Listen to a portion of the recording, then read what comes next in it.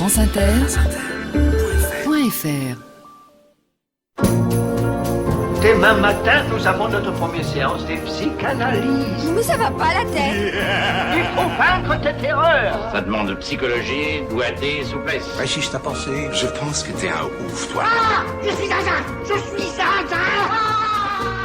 Bonjour, bienvenue dans Ça va pas la tête. La sexualité masculine n'est pas qu'une histoire de robinetterie, c'est le thème du jour. Depuis un demi-siècle, nous assistons à un déclin de l'empire masculin. Et si le continent noir de la sexualité était masculin et non féminin, comme l'affirmait Freud? A priori, la sexualité masculine apparaît comme conquérante, animale, pénétrante, guerrière. La faute à un organe sexuel assimilé à une arme de guerre, le pénis en érection. Mais depuis la révolution sexuelle des années 1970 et des justes revendications des femmes en matière d'épanouissement sexuel, certains hommes se sentent fragilisés. Un stress lié en partie à l'angoisse de la performance et à la hantise de ne pas être à la hauteur, sans compter l'affaiblissement du désir qui touche de plus en plus d'hommes. Nous explorons ce matin quelques aspects de la sexualité masculine avec un but modeste, esquisser quelques pistes pour échapper à la tyrannie de la performance. France Inter, Ali Rébéi, Mais moi, les dingues, je les soigne. ça va pas la tête. C'est comme dans les derniers carnets de Wittgenstein. La seule certitude qui nous reste, c'est la capacité d'agir de notre corps. Si j'aime, je bande. Si je bande pas, j'aime pas. C'est la seule façon de pas se conter d'histoire. Un extrait un peu cru du déclin de l'Empire américain du Québécois Denis Arcand en 1986. Bonjour Alain Héril. Bonjour. Très heureux de vous accueillir dans Ça va pas la tête. Alors vous êtes psychanalyste et sexologue. Vous venez de publier chez Payot Dans la tête des hommes, et non pas pour parler vulgairement dans le slip des hommes, car contrairement à une idée reçue, la sexualité masculine ne va pas de soi, ce n'est pas qu'une affaire de robinetterie. Oui, c'est pas qu'une affaire de robinetterie, effectivement. Et je dirais même que ce que les hommes partagent avec les femmes au niveau de la sexualité, c'est le cerveau, qui est quand même notre premier organe sexuel. Bien Rappelons-le. sûr, rappelons-le, puisque c'est le lieu du désir, des fantasmes, des projections et tutti quanti. Alain Héril, le personnage que nous venons d'entendre dans le déclin de l'Empire américain, nous dit qu'il a besoin d'être amoureux pour avoir une érection. Oui, mais je dirais que l'érection est une vérification. Évidemment qu'il n'a pas besoin d'être, pour être amoureux, d'avoir une érection. Les deux ne vont pas de pair, hein. C'est-à-dire que, effectivement, il faut bien se mettre dans la tête, c'est le cas de le dire, que le désir, la sexualité puis l'amour sont deux choses qui sont différentes. Néanmoins, le sexe en érection est une vérification. C'est-à-dire que c'est quelque chose qui confirme l'homme dans sa virilité, qui confirme l'homme dans son désir. Et donc, s'il n'y a pas ça, si un homme n'est pas en érection, tout d'un coup, il y a un certain nombre de questions qui affluent et qui sont des questions extrêmement dérangeantes et qui vont ramener l'homme du côté de l'impuissance, de la difficulté et bien sûr le déviriliser. Vous sentez dans vos cabinets un afflux d'hommes qui se sentent fragilisés, qui sont angoissés par le fait de ne pas être à la hauteur? Oh que oui, c'est-à-dire que vous citiez tout à l'heure la question de la perte de désir. On remarque dans tous les cabinets, que ce soit les cabinets de psy classiques ou chez les sexothérapeutes, que la pathologie qui est le plus en recrudescence en sexologie à l'heure actuelle, c'est la perte de désir chez les hommes. Et ça depuis, je dirais bien 15-20 ans. Donc ça raconte bien quelque chose sur la difficulté des hommes à pouvoir affirmer et confirmer leur désir. Alain Héril, quelle est l'idée reçue qui vous agace le plus quand on parle de la sexualité masculine? Justement, l'idée reçue qui m'agace le plus, c'est le fait que les hommes ne pensent qu'à ça. Et ça, je l'entends aussi bien chez les hommes que chez les femmes d'ailleurs. Hein. Je me rappelle encore d'une de mes patientes qui me disait, mon mari, il a envie tout le temps, c'est normal, c'est un homme. Hein. Comme si nous étions effectivement toujours en rute et prêts à sauter sur la gent féminine ou masculine. C'est une idée qui, bien entendu, est fausse et qui a fait beaucoup de dégâts et qui continue à en faire. Mais il ne faut pas sous-estimer la dimension animale de la sexualité masculine. Bien sûr, mais je dirais même que si on veut comprendre l'organisation sexuelle humaine, il faut bien se mettre dans la tête que nous avons plusieurs sexualités. C'est-à-dire qu'un être humain a plusieurs sexualités et bien sûr, il y a une dimension animale, mais il y a aussi tout un tas d'autres dimensions qui sont présentes et ces dimensions-là, elles sont présentes aussi bien chez les hommes que chez les femmes. Bonjour Cécile Guéret. Bonjour. Thérapeute et journal à Psychologie Magazine. Alors, quelle est pour vous l'idée reçue qui colle le plus à la peau de la sexualité masculine et qui vous agace? Ouais, c'est celle qui vient juste après. Les hommes ne pensent qu'à ça. Et en plus, les hommes auraient envie tout de suite maintenant. Il faudrait absolument les satisfaire. Et là aussi, ça fait beaucoup de dégâts. Et je le vois dans mon cabinet chez les hommes, parce que il y a l'idée que ce serait irrépressible. Donc cette sexualité sauvage qu'il faudrait absolument satisfaire tout de suite. Ça crée beaucoup de violence, y compris dans le couple, parce qu'il faut quand même rappeler que un viol sur 2 est un viol conjugal. Mais ça crée aussi beaucoup de dommages chez les femmes qui, du coup, ont l'idée de la sexualité, enfin chez certaines femmes, pas toutes heureusement, de la sexualité qui pourrait être une récompense ou une punition dans le couple. Il a pas été sympa, je fais ceinture, ou il est gentil, donc je vais lui donner une récompense. Et cette idée de la femme objet et de l'homme sauvage qui ne sait pas réfréner son désir, je trouve, est fort dommageable. Alain Héril. Oui, je rejoins effectivement ce que Cécile dit et que j'entends aussi dans mon cabinet. Et par rapport à ça, il y a l'idée de ramener vraiment l'homme du côté d'une espèce d'animalité, d'une sexualité extrêmement primaire. Il faut quand même rappeler qu'au niveau cérébral, cette sexualité primaire, elle est liée qu'à la procréation. C'est-à-dire que nous, les hommes, on est programmés pour éjaculer au bout de 17 secondes. Il n'y a pas besoin de plus pour pouvoir faire des enfants. Donc, dès qu'on est dans le contrôle, dans la conscience de ce qui se passe, dans le lien à l'autre, voilà, on sort de l'animalité, on sort de la simple pulsion sexuelle pour rentrer dans le désir. Et là, ce qui se passe, c'est d'un point de vue relationnel extrêmement intéressant. Bonjour Pierre Langlais. Bonjour Ali. Journaliste à Télérama qui sait réfréner ses pulsions animales. Alors la sexualité féminine est largement mise en scène dans les séries. C'est un peu moins le cas pour la sexualité masculine. En tout cas, c'est plus compliqué. C'est vrai qu'on a beaucoup parlé récemment de la sexualité féminine dans les séries et de comment les séries avaient pu, ces 20 dernières années, faire progresser l'image qu'on pouvait donner de la sexualité féminine et participer à une forme de libération peut-être tardive de la télévision comparée à la société. En réfléchissant à cette thématique dont on parle aujourd'hui, je me suis rendu compte que c'était beaucoup plus compliqué avec les hommes. Alors certainement dans un premier temps parce que c'était pas forcément un sujet, parce que la sexualité masculine, comme les personnages masculins écrasaient le reste, et dominaient, et donc on se posait pas nécessairement la question.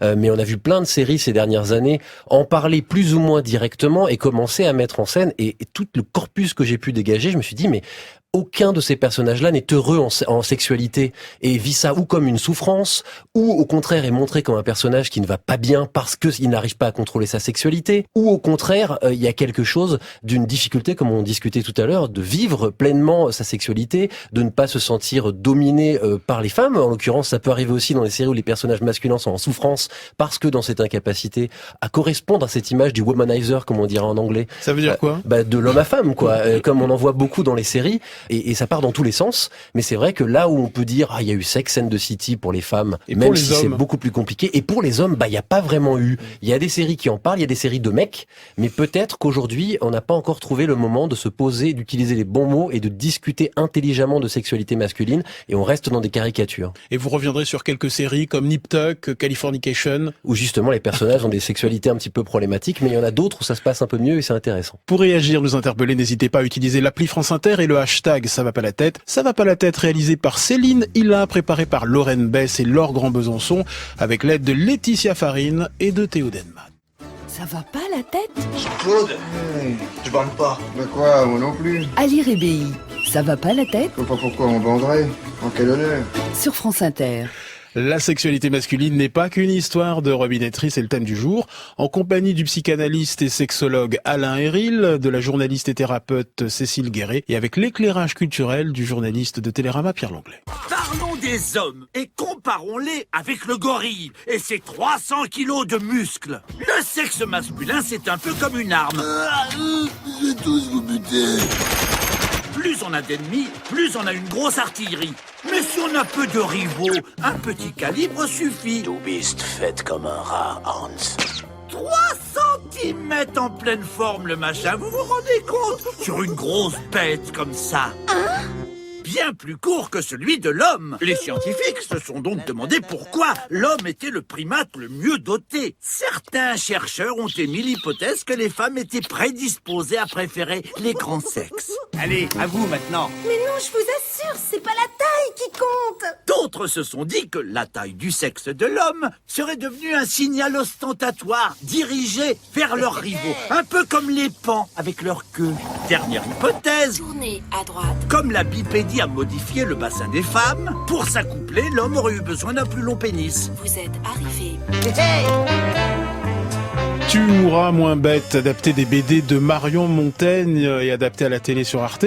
Alain Héril, je rappelle que vous avez écrit Dans la tête des hommes chez Payot Psy.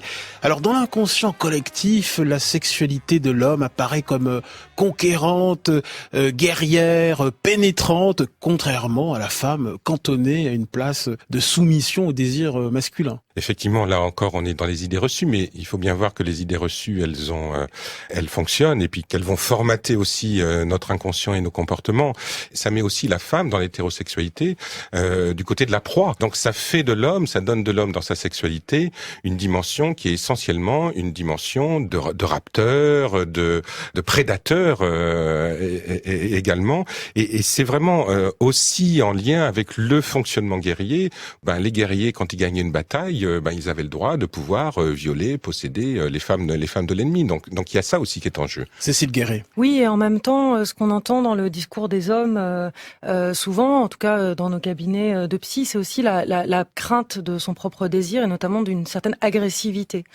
Et tout le travail, souvent, je pense qu'Alain Héril, vous serez d'accord avec moi, c'est justement de travailler cette notion d'agressivité vers une saine agressivité qui n'est pas de la violence où on oublie l'autre et on est là pour le détruire, mais qui est de l'aller vers, où on prend l'autre en compte dans la relation et où on peut aller vers l'autre parce qu'on est aussi pleinement soi. Mais ça, dans la sexualité, c'est très important parce qu'il faut aussi avoir cette saine agressivité pour pouvoir pénétrer l'autre ou, en tant que femme, pour pouvoir être pénétré. Pierre Langlais. On a beaucoup parlé de la façon dont la série Game of Thrones, qui est donc une des plus fameuses aujourd'hui, qui se passe dans un monde médiéval, pour résumer les choses, avait montré le viol. Et il y a dès la première saison un personnage qui s'appelle Khal Drogo, qui est un guerrier, un barbare, dans tout ce qu'on peut fantasmer du barbare, une montagne de muscles, et qui prend littéralement possession d'un personnage qui deviendra par la suite beaucoup plus puissant et beaucoup plus fort, qui est un personnage de femme qui la viole, et à l'opposé de séries qui montrent aujourd'hui de plus en plus souvent des femmes en position de force, avec des hommes à genoux littéralement devant elles, notamment en position de cunilingus, et les séries les plus intelligentes, Girls par exemple en parle aussi, vont nous raconter des histoires où les hommes donnent quelque chose, mais on peut donner en étant non pas dans une position d'agressivité, mais au contraire, le cunilingus étant le meilleur exemple. Alain Héril. Oui, ce qui est intéressant justement par rapport à Game of Thrones, c'est Khal Drogo, si je me souviens bien, il est avec Daenerys, Khaleesi, et qu'à un moment donné, je crois qu'elle l'initie à une autre forme de sexualité. Et c'est très intéressant dans la série de voir comment il va glisser sur une autre sexualité et sortir de ce côté un peu primate pour pouvoir avoir accès à autre chose. Mais à l'heure actuelle, c'est bien là qu'est l'enjeu, parce que la question de la saine agressivité, ça, j'y souscris à 200%. C'est la conclusion de votre ouvrage, d'ailleurs. Oui, tout à fait. Et c'est bien là l'enjeu de la sexualité masculine à l'heure actuelle.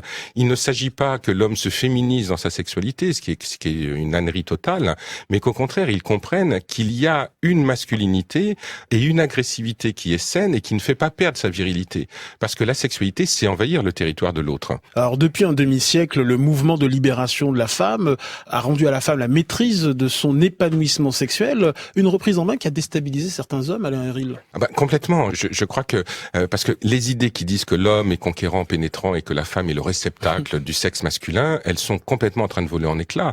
Si on y réfléchit bien, lorsqu'un homme pénètre une femme, est-ce qu'il la pénètre vraiment? Est-ce que c'est pas la femme qui le happe à l'intérieur de lui? Et à ce niveau-là, il y a quelque chose où la femme aussi, elle a une dimension pénétrante et une dimension sauvage. Et on est en train de le découvrir à l'heure actuelle et ça modifie complètement les schémas sur lesquels on a basé la sexualité. Cécile Guéret. Je suis tout à fait d'accord sur le fait que la femme a aussi besoin de cette saine agressivité pour faire l'amour pour avoir une relation sexuelle avec un homme ou avec une femme aussi d'ailleurs. Et je trouve que la question aussi, c'est de savoir comment est-ce qu'on articule dans la sexualité les notions de tendresse, d'intimité et de sexualité. Et l'intimité, c'est être capable d'accepter l'autre dans son territoire sans se sentir envahi et soi-même même aussi, c'est la définition que donne Willy Pasini dans ses livres, aussi la capacité d'aller soi-même dans le territoire de l'autre, mais sans s'oublier soi et sans oublier l'autre non plus. Ça, c'est des ajustements permanents. Il faut surtout ne jamais oublier qu'on est deux. Alain Héril, dans votre ouvrage, vous racontez votre construction masculine au cours des années 1970 dans la banlieue parisienne, à Grigny. Alors, c'est une construction masculine sans père, à la recherche de repères stables. Et à cette époque, vous vous identifiez à des modèles masculins très très forts. Oui, exactement. C'est-à-dire que dans l'histoire qui est la mienne, j'ai eu besoin de pouvoir m'appuyer sur des représentations masculines qui soient des représentations quasi guerrières, et où être un homme, en tout cas la perspective que j'en avais, c'était de dominer, c'était d'être le premier. Le contrôle des émotions, exactement. Sauf la colère. Oui, tout à fait. C'est-à-dire que seule la colère était exprimable, mais parce que la colère était en lien avec la violence, était en lien avec cette agressivité dont on parle, mais qui n'est pas saine, qui est effectivement le fait qu'en fait on se construit non pas avec les autres, mais contre les autres. Et cette dimension-là détermine une forme de sexualité, que ce soit dans l'homosexualité ou dans l'hétérosexualité, qui n'est que le fait de posséder l'autre. Donc l'autre devient un trophée sexuel, un objet sexuel, et pas un sujet face à soi-même. Et puis avec une vision de la femme réduite soit à un rôle de madone, soit à un rôle de prostituée, l'éternel refrain de la maman et de la putain. Et oui, et qu'on le veuille ou non, c'est quelque chose qui est encore présent.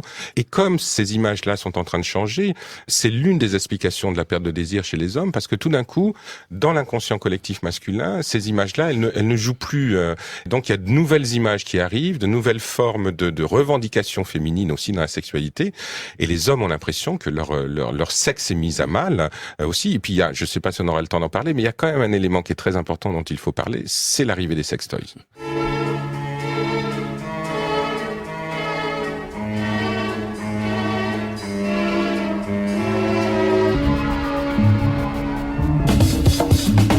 Pierre Langlais, dans la série Mad Men, créée par Matthew Weiner et qui raconte le destin publicitaire du publicitaire new-yorkais Don Draper dans l'Amérique des années 60, on assiste aux prémices de la révolution sexuelle et au déclin de l'empire masculin. Oui, c'est littéralement le générique qu'on entend là, un homme qui chute. Alors d'un immeuble. D'un immeuble. Donc c'est plus compliqué que ça. Et Don Draper reste, je vous parlais tout à l'heure de Womanizer, donc de ce personnage de cet homme à femme, il reste sans doute une des plus belles incarnations de cet homme à femme qu'on ait vu à la télévision et dans la culture populaire de ces dernières années. Mais c'est vrai aussi que Don Draper est un homme qui, s'il aime les femmes, souffre quelque part de son incapacité à se poser, à être lui-même. C'est littéralement un des enjeux de la série, c'est que ce personnage ment, se cache derrière un masque finalement de séducteur, or qu'il est tout autre chose. Il a des problèmes de repères dans sa vie vis-à-vis de ses parents, de son éducation. Il a été élevé par une mère dans une maison close. Il y a tout un monde autour de ce personnage qui est tout à fait fascinant et qui fait que c'est un personnage masculin, certes, qui rentre dans la case de l'homme à femme, mais qui a une sexualité bien plus compliquée que ça et dont toutes les conquêtes ne sont pas seulement des victoires. Alain Héril. Je trouve que cette série est absolument remarquable à ce niveau-là. Et d'ailleurs, je forme des sexothérapeutes et souvent je cite la série et le personnage de Don Draper parce que pour moi, il est vraiment l'archétype de la sexualité masculine avec ses parts d'ombre, et la dimension du mensonge qu'il y a chez lui est absolument extraordinaire parce que c'est quelqu'un qui montre de lui quelque chose continuellement, mais tout ça n'est que de la façade et derrière il y a un immense mensonge. Cécile Guéret. Ce que je voudrais souligner, c'est qu'on a tous des stéréotypes et on en a besoin. Alors, Alain dit archétype, dans le langage courant, on dit plutôt stéréotype, mais ça nous rassure aussi. Et voilà, c'est comme ça, c'est une façon de se dire qu'on est dans la norme. C'est comme ça, on est comme ça, il faut aussi nous prendre avec nos stéréotypes. Alain Héril, on ne naît pas homme, on le devient, et on le devient notamment à partir du lien tissé à la naissance entre la mère et son fils. La mère, ça reste la figure maîtresse et fondatrice de la vie affective de l'homme. C'est la matrice de sa sexualité et de sa sentimentalité. Alors évidemment, quand je dis on n'est pas homme, on le devient, je reprends la phrase de Simone de Beauvoir. Bien sûr, c'est une manière de lui rendre hommage, mais oui, la mère est une grande figure parce que c'est quand même la première femme à l'intérieur de laquelle un homme est présent. Et beaucoup d'hommes, d'ailleurs, chez mes patients, sont dans un espèce de fantasme lorsqu'ils pénètrent une femme. C'est comme s'ils retournaient dans leur mère. Et d'ailleurs, c'est très intéressant de voir les faillites sexuelles qu'il y a chez les hommes lorsque leur femme est enceinte, par exemple. Tout d'un coup, là, il n'y a plus de désir, il y a une impossibilité de pénétrer. pénétration. Donc il y a vraiment cette grande figure maternelle qui va conditionner chez beaucoup d'hommes, pas chez tous bien sûr, le rapport à la femme. Et dans le travail qu'on fait en psychothérapie, bien entendu, il faut toujours regarder ça par rapport à la sexualité masculine. De quelle manière la mère institue son fils dans sa masculinité ? Il y a une chose qui est importante, c'est le corps de la mère. C'est-à-dire que l'enfant, lorsqu'il arrive au monde, il est confronté au corps de la mère. C'est-à-dire que les premiers seins qu'il voit, parfois même le premier corps nu, c'est celui de sa mère. Et donc c'est comment sa mère est en rapport avec lui, comment elle le touche, comment elle le regarde, comment elle le caresse, comment elle l'aime. Tous ces éléments-là vont lui permettre ensuite de mettre en place dans l'hétérosexualité que être aimé par une femme, c'est être aimé de cette manière-là. Le problème, c'est que quand on n'est pas aimé, quand on est rejeté, quand on n'est pas désiré, là, effectivement, ça peut créer un certain nombre de pathologies plus tard. La mère doit satisfaire les besoins de son enfant, mais elle doit également le frustrer. C'est primordial dans la construction de la masculinité et de la sexualité future de l'homme. C'est absolument essentiel parce que si dès qu'on a un désir, il était entièrement satisfait, on va courir à des désirs de plus en plus grands et c'est le cycle de la performance. Donc, il est nécessaire que nous ayons dans notre évolution des moments de frustration, mais le moment de frustration, ce sont des plaisirs différés. Je suis pas en train de faire l'apologie d'une frustration constante, c'est simplement d'accepter d'attendre avant d'obtenir ce qu'on veut. Alors c'est un peu caricatural, là, ces premières années entre un fils et sa mère, mais ça a un impact sur la construction amoureuse et sexuelle de l'enfant, Cécile Guéret. Oui, bien sûr. Ce qu'il faut bien comprendre, c'est que les hommes, comme les femmes, on n'arrive pas vierge dans la sexualité. On arrive avec des discours, avec des injonctions, avec la façon dont on a été accueilli quand on était petit en tant que petite fille, en tant que petit garçon. On arrive avec des modèles, des discours sociétaux aussi, et tout ça fait notre sexualité bien avant qu'on passe à l'acte de la relation sexuelle. Alain Héril ? Oui, parce que de toute manière, nous sommes toutes et tous issus d'un acte sexuel. Et donc, par rapport à ça, c'est quelque chose qui construit aussi un certain nombre de nos fantasmes. Il y a un auteur que j'aime beaucoup, c'est Pascal Quignard, et Quignard a construit une partie de son œuvre autour de l'impossibilité de représentation de l'acte sexuel de nos parents qui a fait que nous sommes là. Et donc, dans cette dimension-là, il y a beaucoup de nos constructions sexuelles qui sont liées à cette interrogation. Pierre Langlais. C'est vrai que la sexualité des enfants et la façon dont ils peuvent grandir et être formés n'est pas forcément un sujet facile à traiter en fiction. On parle beaucoup plus de celle des adolescents, mais il y a quand même des séries. Alors, le premier exemple qui me vient à l'esprit est un petit peu malsain, si j'ose dire, parce que c'est Bates Motel, qui est une série qui raconte la jeunesse de Norman Bates, sa jeunesse et sa relation avec sa mère. Dans Psychose, évidemment, le personnage de Psychose. Donc là, on est dans une relation qui est complètement oedipienne, mais alors au point, enfin voilà, il est jusqu'au bout dans une relation avec sa mère qui n'est pas très saine. Je ne suis pas psychanalyste, mais on sait tous où ça va finir, ce qui est sans doute encore plus grave. Mais voilà, c'est un sujet sans doute très difficile à mettre en scène que les enfants et la relation avec leurs parents. Madame, vous n'arrivez pas à comprendre les sous-entendus de l'homme qui vous invite à dîner. Il vous complimente, mais vous sentez que ses intentions ne sont pas les bonnes. La nouvelle application OK Poodle est faite pour vous. Tu sais, ta robe est magnifique. Je veux te déshabiller. Grâce à son détecteur de mouvement et d'analyse de température corporelle, l'application OK Poodle traduit pour vous les pensées de votre interlocuteur. J'aime beaucoup discuter avec toi. J'aimerais mieux te connaître. On couche ensemble ce soir. Dotée d'une intelligence artificielle élaborée par la NSA sur le schéma neuronal de Rocco Siffredi, l'application OK Poodle vous indique les intentions véritables de votre rendez-vous d'un soir. J'ai l'impression que nous sommes connectés. J'ai jamais ressenti ça pour quelqu'un d'autre. Je suis tout dur. Ne faites plus d'erreurs avec Poodle Live. Ça va pas la tête? L'instant réclame, la pastille quotidienne administrée par François Audouin. La sexualité masculine n'est pas qu'une histoire de robinetterie, c'est le thème du jour. En compagnie du psychanalyste et sexologue Alain Héril, de la journaliste et thérapeute Cécile Guéret et avec l'éclairage culturel du journaliste Pierre Langlais. Oh Jim, tu es là. Je passais par hasard devant ta chambre et je me suis fait la réflexion suivante. Mon grand, il y a bien longtemps que nous n'avons pas eu une conversation entre père et fils. Je t'ai apporté des magazines. Oui, alors ça c'est l'anatomie féminine et la photo est centrée sur la poitrine. Ouais. Alors eux, ils ont choisi de centrer leur photo sur la région pubienne, tu vois? Ah. Shaved. Ça n'est pas celui que je connais le mieux, mais regarde. Comme tu le vois, c'est très détaillé, oui. Est-ce que tu sais ce que c'est que le clitoris? Non, c'est pas vrai. Non, parce oui, que tu... je sais, le clitoris, excuse-moi, je oui, sais c'est ce vrai que que tu sais tout, j'oubliais. Monsieur est un expert, tu as tout vu. Écoute, on a des cours d'éducation J'essaie de sexuelle, prendre tu avec un sais, petit peu alors de je suis étonné que tu tact, sois de obligé de délicatesse, me seulement parler tu du ne fais clitoris. aucun Écoute, effort. Rachel, je m'excuse, d'accord? Je m'excuse. Non, c'est moi qui m'excuse. Je m'excuse. J'ai eu tort de m'énerver. Bon, alors voilà ce que je te propose. Ça n'est pas très compliqué, je vais te laisser cette littérature. Ouais, bonne idée. Tu pourras la feuilleter quand tu en auras envie. Bon, ben voilà, c'est fait. Je te vois au dîner? Oui, c'est ça, tout à l'heure.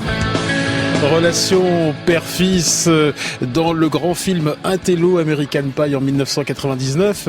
Alain Héril, je rappelle que vous avez publié Dans la tête des hommes chez Payot. Alors on sous-estime trop souvent le lien tissé entre un fils et un père dans la construction sexuelle de l'homme. Oui, parce qu'on parlait tout à l'heure du lien avec la mère et de la représentation future de la femme. Et là, en l'occurrence, le lien avec le père, c'est la représentation de l'homme futur que sera le garçon ou que sera l'ado.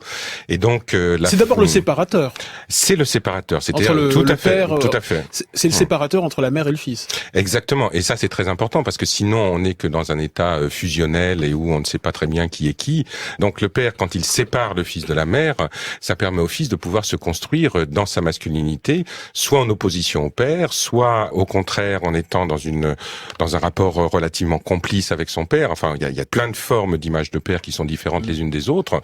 Mais ce qui est très important, c'est qu'à un moment donné, c'est comme si le père ramenait le fils du côté de la construction de la masculinité, et pour ça, il faut l'extirper du lien trop en proximité avec la mère. Alors, le fils construit avec son père un lien d'appartenance. Quand on a la chance d'avoir un père aimant, présent, le père est un modèle pour le fils. Et en quoi consiste ce travail d'identification au père? Le travail d'identification au père, il se fait de façon très simple. C'est-à-dire que les enfants se construisent, et même les ados aussi, par système mimétique.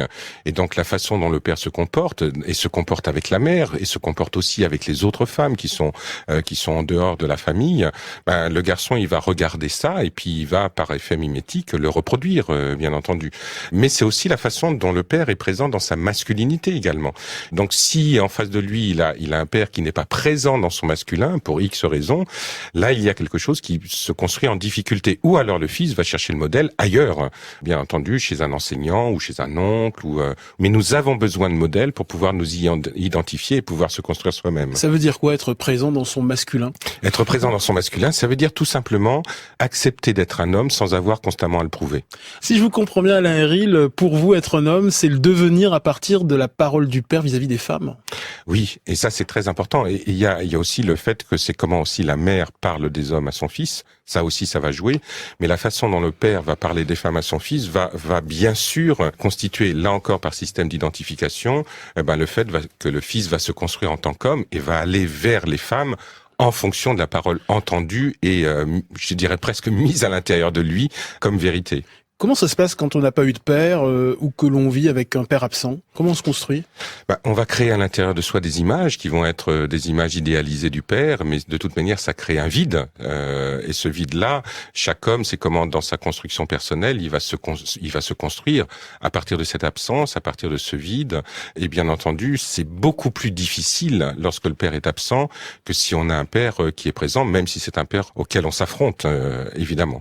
Dans votre ouvrage apparaît la figure du père complice, un père solide et aimant, mais qui assume ses fragilités. Oui, mais je crois que c'est vraiment la question actuelle de la sexualité masculine. C'est-à-dire comment les hommes peuvent-ils, à l'heure actuelle, accepter d'avoir à l'intérieur d'eux, dans leur comportement et dans leurs émotions, une vulnérabilité qui n'est pas la perte de leur identité masculine. Quand le pénis est menacé, il n'y a rien à faire. C'est pour ça qu'il y a une maladie. Bandé, débandé, les grosses queues. Dis-moi que la mienne est plus grosse que la sienne. Non, boy, dis-moi donc, j'en ai une grosse. C'est vraiment l'obsession fondamentale. Ah, c'est vrai que ça les obsède. On se fait demander ça tout le temps. Remarquez qu'ils ont raison de s'inquiéter. C'est quand même assez fondamental. Ça n'a aucune importance. Quand on aime quelqu'un, c'est un détail, ça. C'est un gros détail.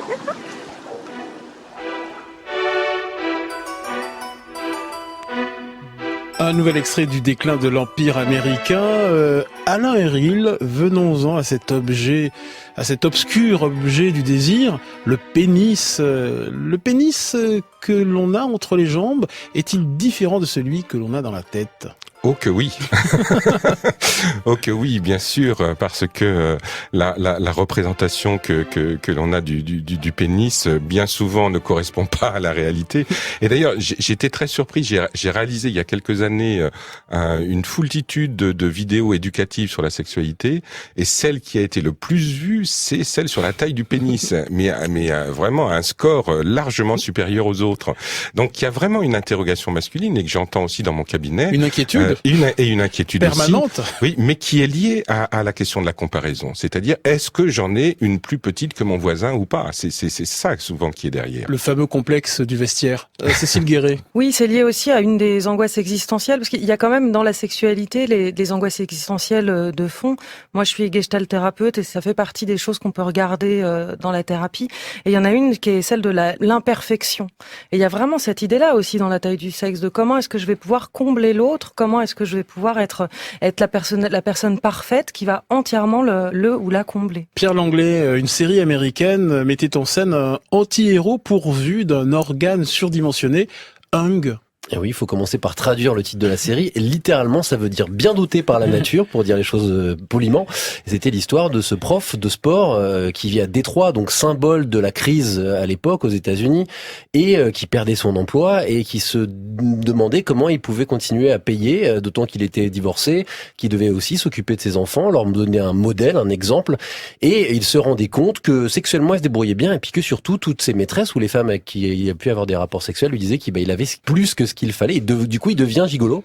Et on suivait la vie de cet homme avec cette très forte métaphore, évidemment, du fait que finalement, sa vie en crise, enfin son sexe finissait par symboliser son seul espoir de sortir d'une vie qui finalement n'était pas celle d'un homme conquérant, pour revenir à ce qu'on disait tout à l'heure, mais plutôt d'un homme dans déperdition et dans la loose et qui n'arrivait pas à s'en sortir. Hung, c'est une série beaucoup plus fine que son pitch, quand même. Oui. Et puis c'est une comédie dramatique, comme on dit aujourd'hui. Donc on est à la fois là pour rire et pour ausculter aussi ce que ça dit de l'intimité de ce personnage et de sa vie. Alors ce qui est amusant, c'est qu'il y a une autre série qui s'appelle Hard Times, donc les temps sont durs. Là aussi, on sent le jeu de mots dans le titre, où c'est un gamin dans un collège qui est le pire. Vraiment, personne ne l'aime. Il est pas beau. Enfin, c'est l'anti-popularité. Et sauf qu'un jour, son pantalon tombe et tout le monde se rend compte qu'il a un sexe énorme. Et du coup, ça change radicalement son existence. Et là, on est aussi évidemment pour rire de cette histoire-là. Alain Ril, c'est quoi la virilité? Dans le Robert, l'une des définitions, c'est puissance sexuelle de l'homme. Un peu court. Oui, un peu court, c'est le cas de le dire. C'est-à-dire que moi j'ai beaucoup de mal à pouvoir donner une définition qui soit une définition définitive de la virilité. Je pense que il y a plusieurs formes de virilité, même à travers les siècles. C'est-à-dire que la virilité chez les Grecs n'est pas la même maintenant chez nous. Donc il y a vraiment un mouvement. Je crois que la virilité est quelque chose qui se construit, qui est jamais définitivement acquis. La virilité d'un jeune homme de 17 ans n'est pas la même qu'un homme de 40 ans ou qu'un homme de 60. Donc il y a vraiment tout ça qui est à regarder. Mais être viril, c'est quelque chose, et je crois à l'heure actuelle, qui doit se construire avec les autres hommes, avec les femmes. Et je crois que ce dont on est en train de sortir, c'est une virilité qui se construit essentiellement contre. Pierre Langlais. En parlant de virilité, il y a une série qui est très intéressante, dont le titre est encore une fois lourde de sens. C'est une série qui s'appelle Tell Me You Love Me, que je crois vous connaissez, qui était l'histoire comparée de couples dans différentes situations et âges face à leur sexualité, à leur désir particulièrement.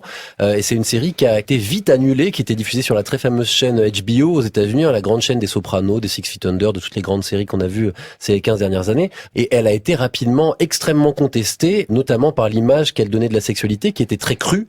Et on a pu y voir une chose qui est quasi inexistant à la télévision, c'est un pénis en érection. Alors d'un peu loin, mais ça a causé un scandale terrible. On ne montre pas le pénis en érection, c'est peut-être la chose la plus taboue à la télévision américaine aujourd'hui. Cécile Guéret. Oui, et si je me souviens bien, dans cette série, il y avait un couple âgé, c'est ça? Absolument. Et ça, c'est quand même assez exceptionnel, et j'ai trouvé effectivement très dommage que ce soit plus diffusé, parce que on a toujours l'image de la sexualité, toujours avec cette idée de la perfection, qu'il faut avoir un corps parfait, un sexe parfait, et combler parfaitement son ou sa partenaire. Et ça fait vraiment des ravages. Et là, on avait un contre-exemple, donc c'est fort dommage. Pierre Langlais, rappelez le titre de cette série. Tell Me You Love Me, ça existe en DVD, mais il n'y a eu qu'une saison et ça a été tout de suite annulé. Donc, dis-moi que tu m'aimes et non pas dis-moi que tu me désires ou que autre chose. C'est le mot aimer qui était là. Mais ça va pas la tête. France Inter, Ali Rébi. Il est complètement fou, ce mec. Ça va pas la tête. Encore une poignée de secondes pour évoquer cette sexualité masculine qui n'est pas qu'une histoire de robinetterie. C'est le thème du jour, en compagnie du psychanalyste et sexologue Alain Héril, de la journaliste et thérapeute Cécile Guéret, et avec l'éclairage culturel du journaliste de Télérama, Pierre Langlais. Alain Héril, j'aimerais qu'on revienne sur les travaux de Masters and Johnson qui ont posé la base de la sexologie. Qu'est-ce qu'on apprend à travers ces travaux sur la sexualité masculine? Qu'est-ce qu'on apprend de fondamental? Ce qu'on apprend de fondamental, c'est toutes les recherches qu'ils ont fait autour de l'impuissance, de l'éjaculation précoce, où là, ils ont vraiment beaucoup progressé sur ce terrain-là. Ce sont les pionniers de la sexologie. Ils ont inventé la sexologie, très clairement. Donc, on s'aperçoit quand même que c'est une science qui est jeune, puisque ça date des années 50-60. Et aussi, ils ont, au travers de leurs expériences, de leurs travaux, de leurs recherches, ils ont mis en place le cycle sexuel, et non pas le cycle sexuel humain, le cycle sexuel masculin et le cycle sexuel féminin. On peut le décrire rapidement? Très rapidement, c'est-à-dire qu'il y a plusieurs phases. Il y a phase du désir. Phase du désir, phase d'excitation, phase de plateau, phase orgasmique, phase de résolution qui est après l'orgasme, et puis ensuite la phase réfractaire, qui est ce moment un peu particulier où les hommes sont en attente d'une nouvelle arrivée érectile. Mais ce qui est très intéressant, c'est qu'ils ont quand même démontré que la sexualité masculine et la sexualité féminine étaient deux choses différentes dans leur fonctionnement.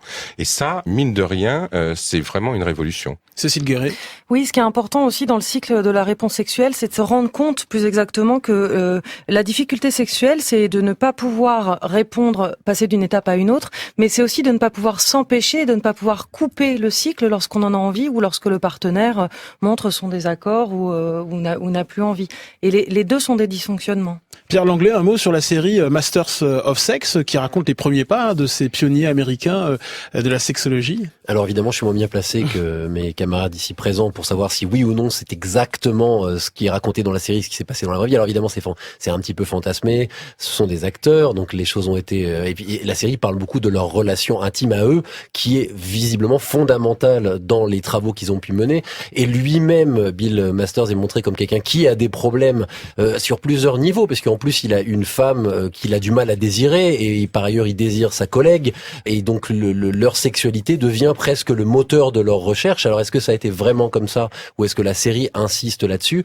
Mais c'est vrai que c'est une série dont on a beaucoup parlé parce qu'elle parle de libération sexuelle féminine et de comment leurs travaux a pu participer à une forme de libération, mais elle parle aussi de comment, encore une fois, la sexualité ça se passe à deux, et que comment ces étapes dont on parlait tout à l'heure, c'est pas seul. Quoique dans la série, il travaille aussi sur la masturbation et sur comment le plaisir est quelque chose qui peut s'obtenir sans l'homme, chose qui était complètement révolutionnaire à l'époque. Laure Grand-Besançon, vous collaborez à l'émission et vous préparez une thèse en esthétique. Alors évoquons avec vous rapidement une pièce de Shakespeare, Troilus et Cressida, écrite en 1602 par Shakespeare. Alors oui Ali, je profite de la présence de nos invités aujourd'hui pour présenter un cas shakespearien, moi qui m'a toujours beaucoup interrogé. Alors on va commencer par planter le décor, fermer les yeux, imaginer les gens en toge, c'est l'Antiquité, c'est la guerre de Troie, les Grecs assiègent Troie. Au milieu, deux amoureux, Troilus, guerrier troyen, et Cressida, fille de Calchas, le grand prêtre grec. Alors on parle aujourd'hui de sexualité masculine avec l'idée d'enfin échapper à la tyrannie de la performance, mais rassurez-vous, vous savez nous les femmes, il n'y a pas de problème, on sait très bien que vous avez tous été, ou serez un jour, tel Troilus tremble devant Cressida, avec la pétoche de ne pas y arriver. Attention, écoutez bien, Troilus s'adresse à Cressida. La monstruosité de l'amour, dit-il, Madame, tient à ceci que le désir est infini et la performance restreinte.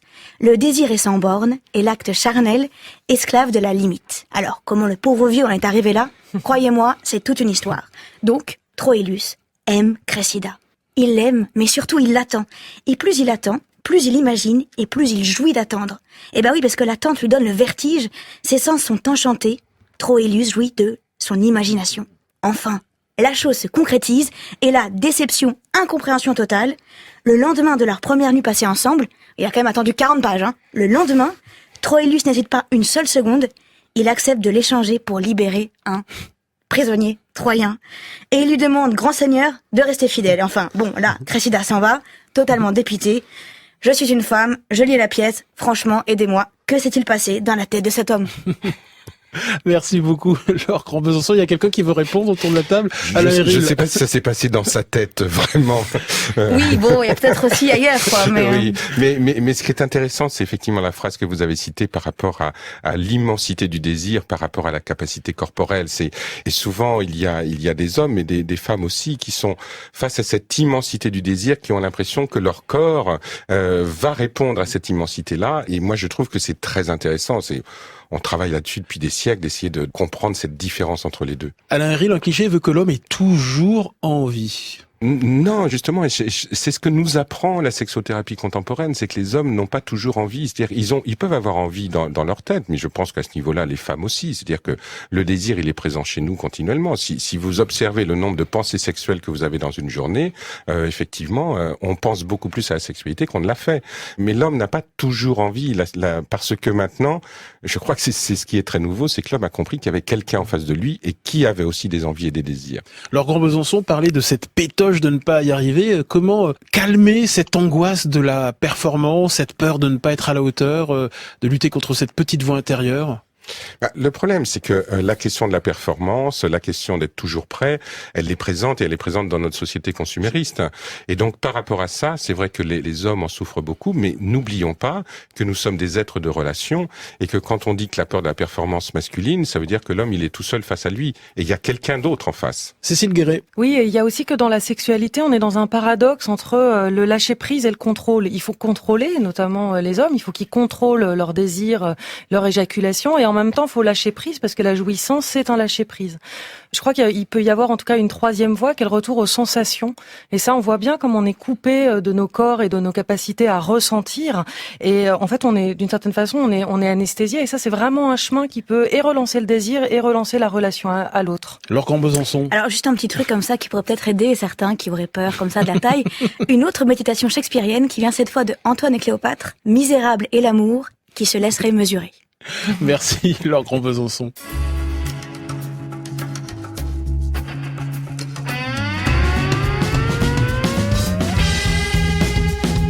Pierre Langlais, on termine avec vous. Évoquons avec vous la série américaine Californication avec David Duchovny qui interprète un écrivain jouisseur en panne d'inspiration mais qui couche beaucoup. Oui. Et ce personnage incarne une virilité assez républicaine. Oui, assez rock'n'roll, moi j'aime bien dire, mais pour le coup ça a été présenté, c'est avant tout présenté comme une comédie. Donc encore une fois, il faut prendre les choses comme elles sont, en rigolant un petit peu. Mais le personnage, donc Moody, il est pas seul en plus, hein, il a son impresario qui lui aussi est sérieusement porté sur la chose. Le personnage, donc Moody, incarne une autre forme de womanizer, j'appuie sur ce mot-là, donc d'homme à femme, c'est-à-dire l'homme à femme qui est presque malade.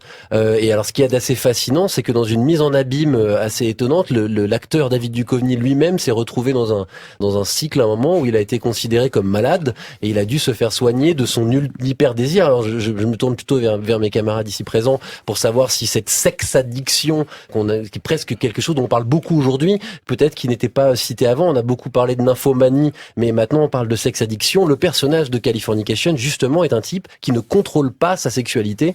Il est très amoureux de sa femme, il veut récupérer sa femme. C'est plus fort que lui, il va falloir qu'il couche avec toutes les jolies filles qui passent. Alain Héril. Très rapidement, moi je me méfie beaucoup de la notion de sexe addict parce que l'addiction sexuelle correspond aux autres addictions, c'est-à-dire que il y a beaucoup de douleur, beaucoup de souffrance, beaucoup de culpabilité, beaucoup de désespoir et une situation dépressive extrêmement forte. Si on n'a pas ces éléments-là, on est dans l'hypersexualité et là il n'y a pas lieu de mettre un terrain moral en place, sinon on est dans la pathologie, voilà, mais en fonction des règles que je viens d'énoncer.